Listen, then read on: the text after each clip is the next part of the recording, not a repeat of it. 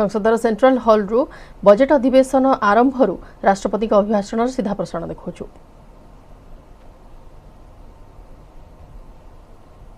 करोड़ रुपए से अधिक आंका गया है।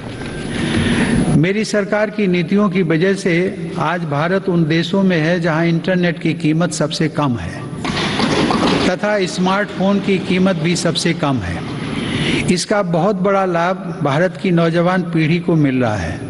भारत 5G मोबाइल कनेक्टिविटी पर भी तेजी से काम कर रहा है, जिससे अनेक नई संभावनाओं के द्वार खुलेंगे। सेमीकंडक्टर को लेकर भारत के प्रयासों का बहुत बड़ा लाभ हमारे स्टार्टअप इकोसिस्टम को होगा। भारत के युवाओं को तेजी से बदलती टेक्नोलॉजी का लाभ मिले, इसके लिए भी सरकार ने अनेक नीतिगत निर्णय लिए हैं। कई नए सेक्टरों में प्रवेश के द्वार खोले।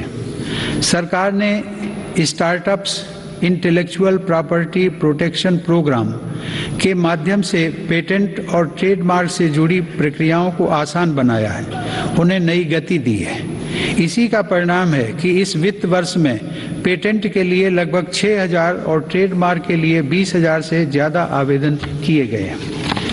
माननीय सदस्यगण, मेरी सरकार के निरंतर प्रयासों से भारत एक बार फिर विश्व की सर्वाधिक तेजी से विकसित हो रही अर्थव्यवस्थाओं में से एक बन गया है।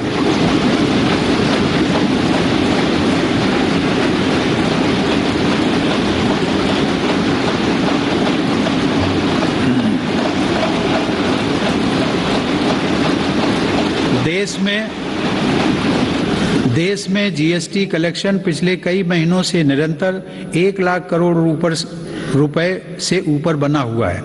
इस वित्त वर्ष के पहले 7 महीनों में $48 बिलियन का विदेशी निवेश आना इस बात का प्रमाण है कि अंतर्राष्ट्रीय निवेशक भारत के विकास को लेकर बहुत आश्वस्त हैं।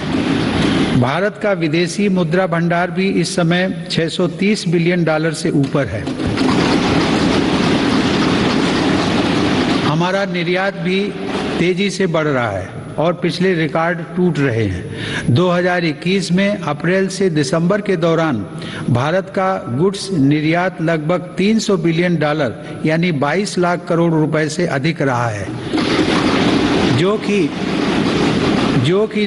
2020 की इसी अवधि की तुलना में 1.5 गुना ज़्यादा है। मेरी सरकार ने मैन्युफैक्चरिंग सेक्टर में मौजूद संभावनाओं को साकार करने और युवाओं को नए अवसर देने के लिए 1,97,000 करोड़ रुपए से ज़्यादा के निवेश से 14 महत्वपूर्ण PLI स्कीम्स शुरू की हैं। ये PLI स्कीम्स न केवल भारत को ग्लोबल मैन्युफैक्चरिंग हब के रूप में स्थापित करने में मदद करेंगी, बल्कि रोजगार के 60 लाख से अधिक अवसर भी उपलब्ध कराएंगे। देश में मोबाइल उत्पादन की सफलता मेक इन इंडिया का एक बड़ा उदाहरण है। आज भारत विश्व में दूसरा सबसे बड़ा मोबाइल फोन निर्माता बनकर उभरा है।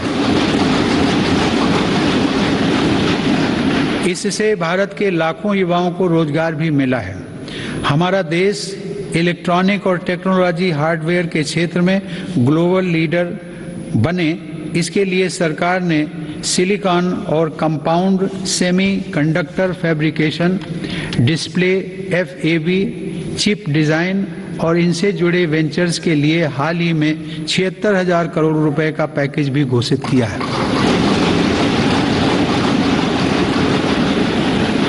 मेरी सरकार नए क्षेत्रों के साथ साथ उन पारंपरिक क्षेत्रों में भी देश की स्थिति को पुनः मजबूत बना रही है, जिनमें हमारे पास सैकड़ों वर्षों का अनुभव है।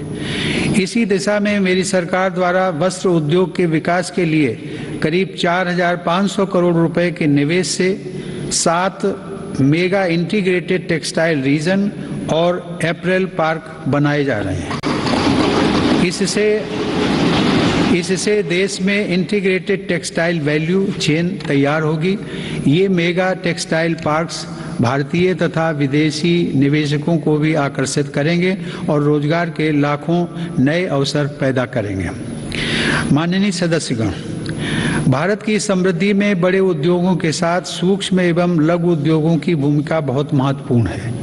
हमारे MSMEs हमारी अर्थव्यवस्था का मेरुदंड रहे हैं और आत्मनिर्भर भारत को गति प्रदान करते रहे हैं। कोरोना काल में MSMEs को संकट से बचाने और जरूरी क्रेडिट उपलब्ध कराने के लिए सरकार ने 3 लाख करोड़ रुपए के कोलेटरल फ्री लोन्स की व्यवस्था की। हाल के अध्ययनों से यह स्पष्ट हुआ है कि इस योजना की सहायता से 13.5 लाख MSME यूनिट्स को जीवन दान दिया गया और 1.5 करोड़ रोजगार भी सुरक्षित किए गए। जून 2021 में सरकार 3 लाख करोड़ रुपए की इस गारंटी को बढ़ाकर 4.5 लाख करोड़ रुपए कर चुकी है। MSME सेक्टर को विस्तार प्रदान करने तथा इस सेक्टर के लिए अवसर बढ़ाने हेतु कई नीतिगत फैसले भी लिए गए हैं।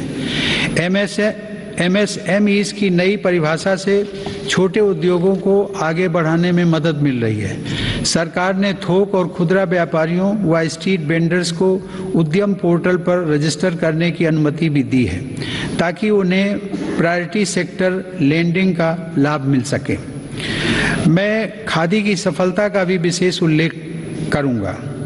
आज़ादी की लड़ाई में बापू के नेतृत्व में देश की चेतना का प्रतीक रही खादी एक बार फिर छोटे उद्यमियों का संबल बन रही है। सरकार के प्रयासों से 2014 की तुलना में देश में खादी की बिक्री 3 गुना बढ़ी है।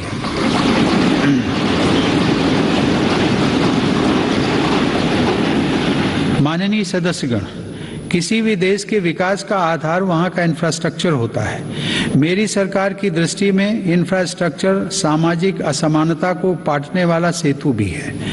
इंफ्रास्ट्रक्चर पर होने वाले निवेश से न केवल लाखों नए रोजगार पैदा होते हैं बल्कि इसका एक गुणात्मक प्रभाव भी होता है। इससे व्यापार करना सुगम होता है, परिवहन की गति बढ़ती है और हर सेक्टर में आर्थिक गतिविधियों में वृद्धि होती है। मेरी सरकार ने इंफ्रास्ट्रक्चर विकास के कार्यों को और अधिक गति प्रदान करने के लिए अलग अलग मंत्रालयों के कामकाज को प्रधानमंत्री गति शक्ति राष्ट्रीय मास्टर प्लान के रूप में एक साथ जोड़ा है। यह प्लान भारत में मल्टी मॉडल ट्रांसपोर्ट के एक नए युग का प्रारंभ करने जा रहा है। भविष्य के भारत में रेलवेज, हाईवेज और एयरवेज अलग अलग और अलग थलग इंफ्रास्ट्रक्चर नहीं होंगे बल्कि एक देश के एकजुट संसाधन के तौर पर काम करेंगे। ग्रामीण क्षेत्रों में सड़कों, संसाधनों और इंफ्रास्ट्रक्चर के निर्माण से देश की उन संभावनाओं को उड़ान मिल रही है जो दशकों से उपेक्षित पड़ी थी। प्रधानमंत्री ग्राम सड़क योजना की उपलब्धियां गर्व करने योग्य हैं। वर्ष 2020-21 में ग्रामीण इलाकों में 100 किलोमीटर प्रतिदिन से अधिक की रफ्तार से 36,500 किलोमीटर सड़कें बनाई गई हैं और हजारों रिहायशी क्षेत्रों को ऑल वेदर रोड कनेक्टिविटी से जोड़ा गया है। आज देश के नेशनल हाईवेज भी पूरब से पश्चिम और उत्तर से दक्षिण पूरे देश को एक साथ जोड़ रहे हैं। मार्च 2014 में हमारे देश में राष्ट्रीय राजमार्गों की कुल लंबाई 90,000 किलोमीटर थी, जबकि आज उनकी लंबाई बढ़कर 1,40,000 किलोमीटर से अधिक हो गई है। भारतमाला परियोजना के अंतर्गत लगभग 6 लाख करोड़ रुपए की लागत से 20,000 किलोमीटर से अधिक लंबाई के राजमार्गों पर काम किया जा रहा है। इनमें 23 ग्रीन एक्सप्रेसवेज और ग्रीन फील्ड कॉरिडोर्स का विकास भी शामिल है। दिल्ली मुंबई एक्सप्रेस वे भी पूरा होने के करीब है, जो कि भारत का सबसे लंबा और सबसे तेज एक्सप्रेस वे होगा।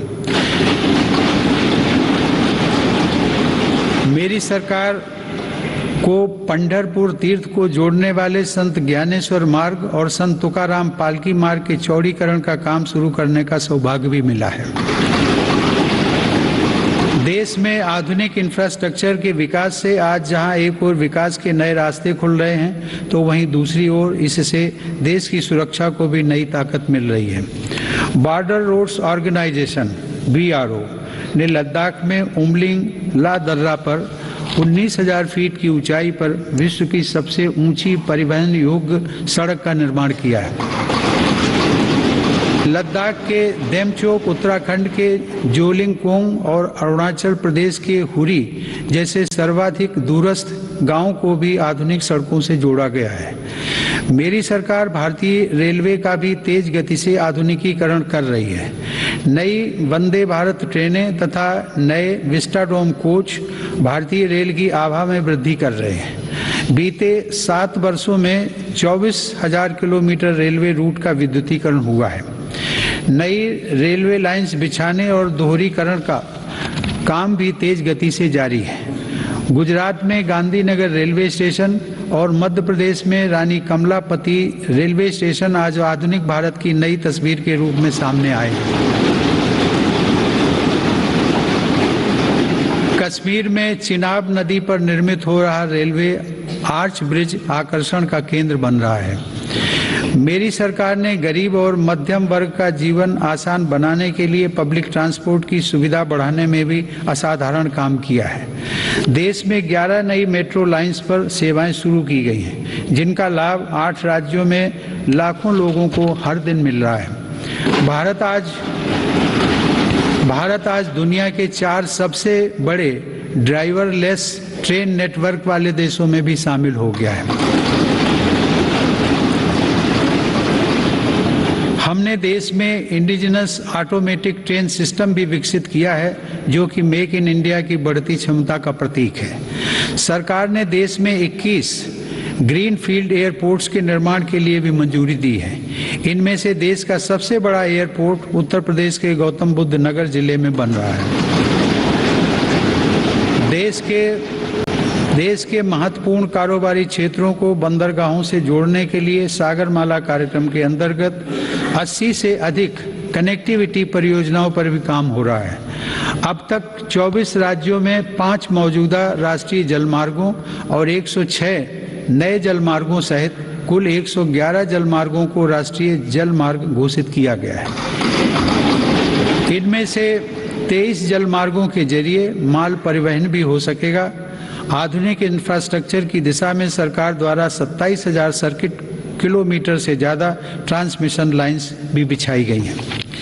माननीय सदस्यगण, बीते समय में हमने देश में आत्मनिर्भर भारत के नए संकल्प को ठोस आकार लेते देखा है। इस संकल्प को रिफॉर्म्स की ऊर्जा से तेज गति प्राप्त हो रही है। नए लेबर रिफॉर्म से लेकर बैंकिंग रिफॉर्म्स और इंसॉल्वेंसी एंड बैंक्रप्सी कोड तक सुधारों का यह क्रम बिना रुके अनवरत चल रहा है। विगत वर्ष केंद्र और राज्यों के अलग अलग विभागों में 26,000 से ज़्यादा कंप्लायंसेस की आवश्यकता को घटाया जा चुका है। देश में स्पेस को प्राइवेट सेक्टर के लिए खोलकर संभावनाओं का अनंत आकाश भी उपलब्ध करा दिया गया। पिछले साल भारत की अंतरिक्ष क्षमताओं को बढ़ाने के लिए इन स्पेस का गठन किया जाना ऐसा ही एक प्रमुख कदम है। तेजी से विकसित हो रही ड्रोन टेक्नोलॉजी और इससे जुड़ी संभावनाओं को लेकर भी मेरी सरकार सजग और सक्रिय है। इस दिशा में सरकार ने सिंप्लीफाइड ड्रोन रूल्स 2021 को अधिसूचित किया है और ड्रोन व ड्रोन कलपुर्जों के देश में निर्माण के लिए PLI योजना भी शुरू की है। इससे देश को भविष्य की इस महत्वपूर्ण टेक्नोलॉजी में अपनी स्थिति को मजबूत बनाने में मदद मिलेगी। माननीय सदस्यगण, मेरी सरकार देश की सुरक्षा के लिए दृढ़ संकल्पित होकर काम कर रही है। सरकार की नीतियों की वजह से डिफेंस सेक्टर में, विशेषकर रक्षा उत्पादन में देश की आत्मनिर्भरता लगातार बढ़ रही है। वर्ष 2020-21 में सैन्य बलों के आधुनिकीकरण के लिए जो भी स्वीकृतियां प्रदान की गई, उनमें 87% उत्पादों में मेक इन इंडिया को प्राथमिकता दी गई।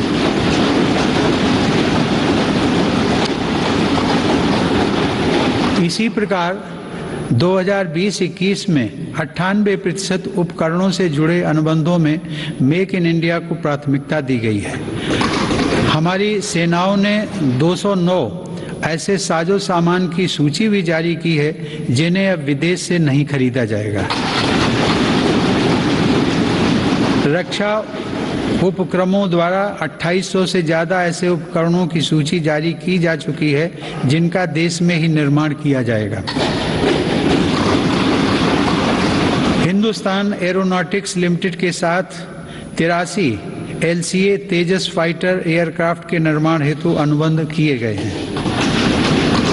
सरकार ने ऑर्डिनेंस फैक्ट्रियों को 7 डिफेंस PSUs का रूप देने के लिए महत्वपूर्ण कदम उठाए हैं। इसके अलावा रक्षा क्षेत्र में प्राइवेट सेक्टर और स्टार्टअप्स को तेजी से बढ़ावा देने के लिए भी सरकार प्रतिबद्ध है। हमारा लक्ष्य है कि हमारी सेनाओं की जरूरत का सामान भारत में विकसित हो तथा भारत में ही निर्मित हो। माननीय सदस्यगण, तेजी से उभरते वैश्विक परिवेश में भारत ने अपने राजनयिक संबंधों को बेहतर बनाते हुए अपनी स्थिति को मजबूत किया है। अगस्त 2021 में भारत ने संयुक्त राष्ट्र सुरक्षा परिषद की अध्यक्षता की और इस दौरान कई अभूतपूर्व निर्णय लिए गए। भारत की अध्यक्षता में ही सुरक्षा परिषद ने पहली बार समुद्री सुरक्षा के विषय पर अपने एजेंडा आइटम के अंतर्गत समग्र रूप से विचार विमर्श किया। संयुक्त राष्ट्र सुरक्षा परिषद ने इस विषय पर पहली बार एक प्रेसिडेंशियल स्टेटमेंट को सर्वसम्मति से अडॉप्ट भी किया। हमने अपने पड़ोसी देश अफगानिस्तान में अस्थिरता और नाजुक हालात को भी देखा है। भारत ने इन परिस्थितियों में मानवता को सर्वोपरि रखते हुए ऑपरेशन देवी शक्ति को संचालित किया। हमने अनेक चुनौतियों के बावजूद हमारे कई नागरिकों और कई अफगान हिंदू सिख अल्पसंख्यकों को काबुल से सफलतापूर्वक एयरलिफ्ट किया। हम उन कठिन हालात के बीच से पवित्र गुरु ग्रंथ साहिब के 2 स्वरूपों को भी सुरक्षित भारत लेकर आए। मानवता की दृष्टि से भारत अफगानिस्तान में मेडिकल सप्लाई और अनाज पहुंचाने में भी मदद कर रहा है। माननीय सदस्यगण, वर्तमान समय में जलवायु परिवर्तन पूरे विश्व के सामने बड़ी चुनौती है। भारत इस विषय पर एक जिम्मेदार वैश्विक आवाज बनकर उभरा है। COP26 शिखर सम्मेलन में मेरी सरकार ने घोषणा की है कि वर्ष 2030 तक भारत अपने कार्बन उत्सर्जन को 1 बिलियन टन से घटा देगा। भारत ने साल 2070 तक नेट जीरो उत्सर्जन वाली अर्थव्यवस्था का लक्ष्य भी रखा है।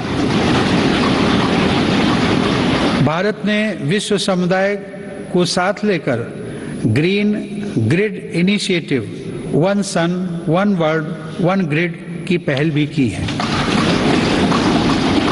यह global interconnected solar power grid का पहला अंतर्राष्ट्रीय नेटवर्क बन रहा है। पर्यावरण को लेकर हमारे बड़े लक्ष्य और साहसिक संकल्प प्रकृति के प्रति हमारी संवेदनशीलता को दर्शाते हैं। माननीय सदस्यगण, मेरी सरकार भारत की प्राचीन विरासत को संरक्षित, समृद्ध और सशक्त करना अपना दायित्व समझती है। यह गौरव की बात है कि धौलावीरा की हड़प्पा साइट और तेलंगाना स्थित 13वीं शताब्दी के काकतीय रुद्रेश्वर रामप्पा मंदिर को यूनेस्को विश्व धरोहर स्थल घोषित किया गया।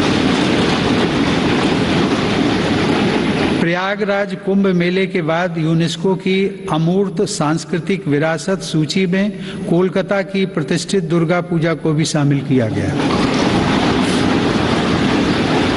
सरकार की यह भी प्राथमिकता रही है कि भारत की अमूल्य धरोहरों को देश में वापस लाया जाए।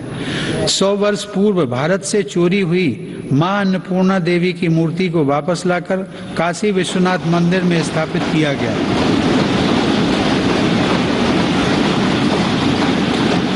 दुनिया के अलग अलग देशों से ऐसी ही कई ऐतिहासिक धरोहरें आज भारत में वापस लाई जा रही हैं। हम सब जानते हैं कि विरासत और पर्यटन का एक दूसरे से गहरा नाता है। इसीलिए आज एक और भारत की आध्यात्मिक विरासत को फिर से जीवंत किया जा रहा है, तो साथ ही तीर्थयात्रियों और पर्यटकों के लिए आधुनिक सुविधाएं और इंफ्रास्ट्रक्चर का विकास भी हो रहा है। मेरी सरकार की स्वदेश दर्शन एवं प्रसाद योजनाएं इसमें बड़ी भूमिका निभा रही हैं। गोवा के 60वें मुक्ति दिवस के अवसर पर फोर्ट अगुआडा जेल परिसर में स्मारक का जीर्णोद्धार करके उसका उद्घाटन किया गया है। यह गोवा मुक्ति संग्राम के सेनानियों के अविस्मरणीय संघर्षों का स्मारक है। माननीय सदस्यगण, आजादी के अमृत काल में एक भारत श्रेष्ठ भारत के हमारे संकल्प के आधार पर आज लोकतांत्रिक मूल्यों के साथ विकास के नए अध्याय लिखे जा रहे हैं। जो राज्य और क्षेत्र उपेक्षित छूट गए थे, आज देश उनके लिए विशेष प्रयास कर रहा है।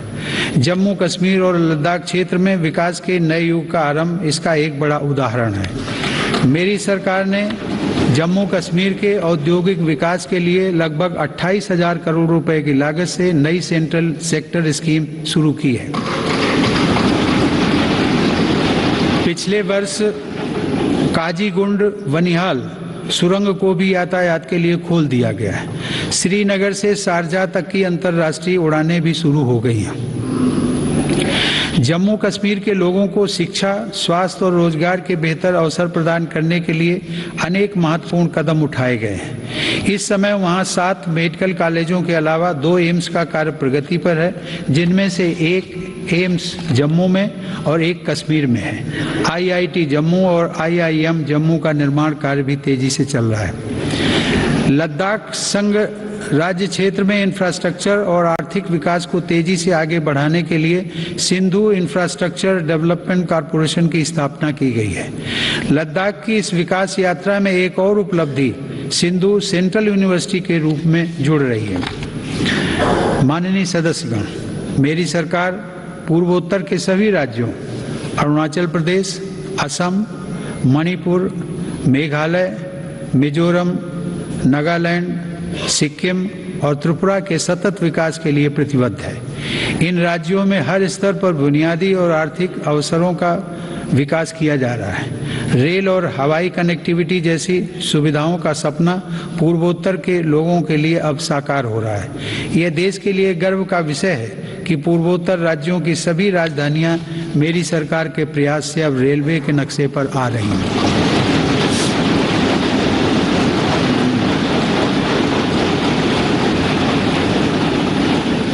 ईटानगर के होलोंगी में एक नए एयरपोर्ट की स्थापना की जा रही है। हाल ही में त्रिपुरा राज्य के महाराजा वीर विक्रम एयरपोर्ट में एक नया और आधुनिक टर्मिनल खोला गया है। पूर्वोत्तर का यह विकास भारत की विकास यात्रा का एक स्वर्णिम अध्याय सिद्ध होगा।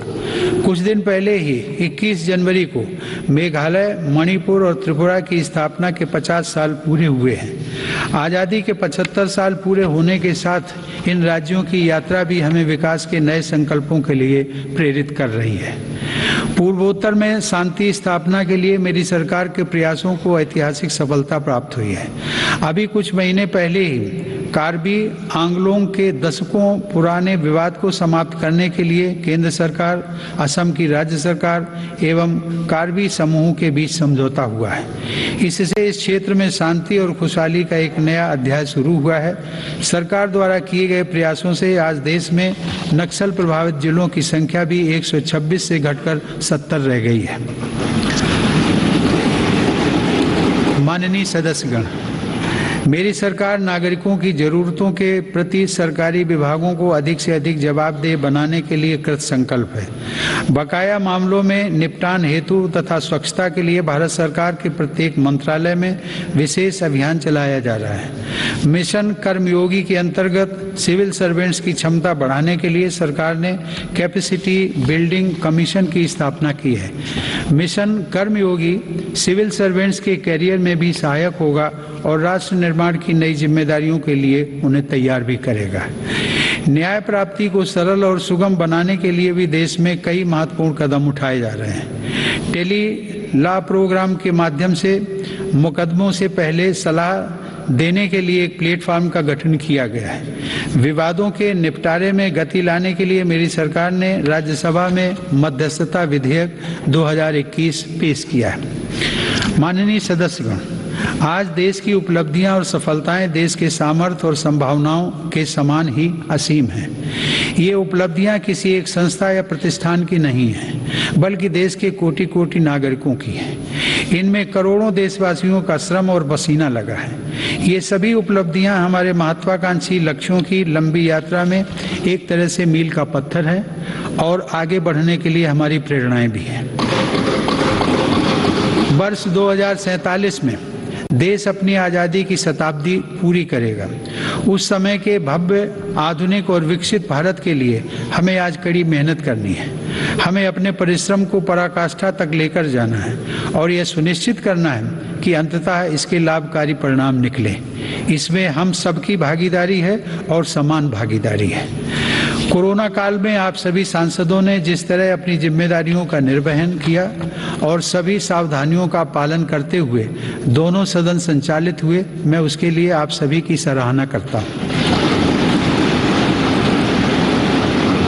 आप सभी सांसदगण करोड़ों देशवासियों की आशाओं आकांक्षाओं के सारथी हैं। इसी भावना के साथ हमें आगे भी काम करते रहना है। मुझे पूरा विश्वास है कि हम सब मिलकर अपने महान भारतवर्ष को गौरव के शिखर तक लेकर जाएंगे। इसी भावना के साथ आप सभी का एक बार फिर से अभिनंदन। आप सभी का बहुत बहुत धन्यवाद। जय हिंद।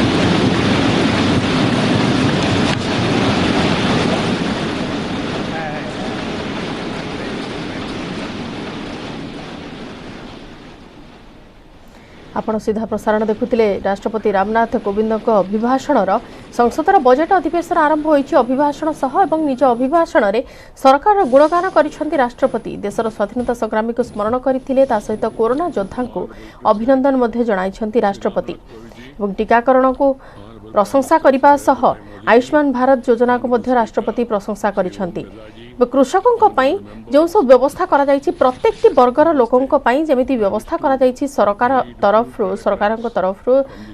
तो से सब व्यवस्था को वर्तमान प्रशंसा करिसेंति राष्ट्रपति रामनाथ कोविंद एवं आशा मध्य रखिसेंति कि परवर्ती समय रे समस्तक सहयोगिता समस्तक सहभागिता रे एमती देश आगो को बढ़ी चलिबो एवं जेतेबेले We are in the third year of the pandemic caused by the coronavirus. In these years, people of India have displayed profound faith in the democratic values, discipline, and sense of responsibility. At a time when India is celebrating the Amrita Mahotsav on the occasion of 75th year of its independence, this willpower of every Indian creates immense confidence for India's bright future. With this confidence, I extend my greetings to every Indian from this historic central hall of the Parliament.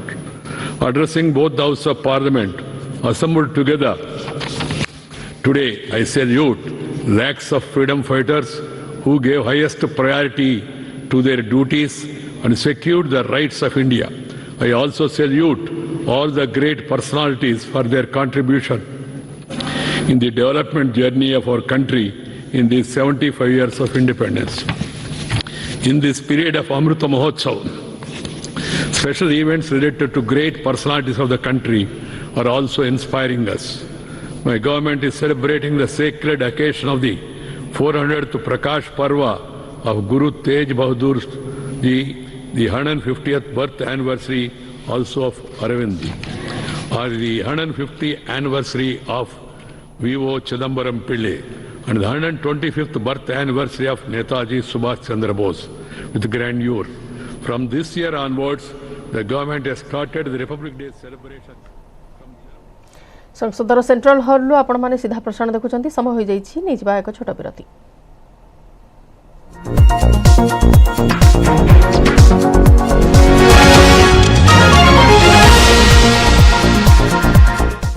News headlines रो प्रायोजक पेट सफा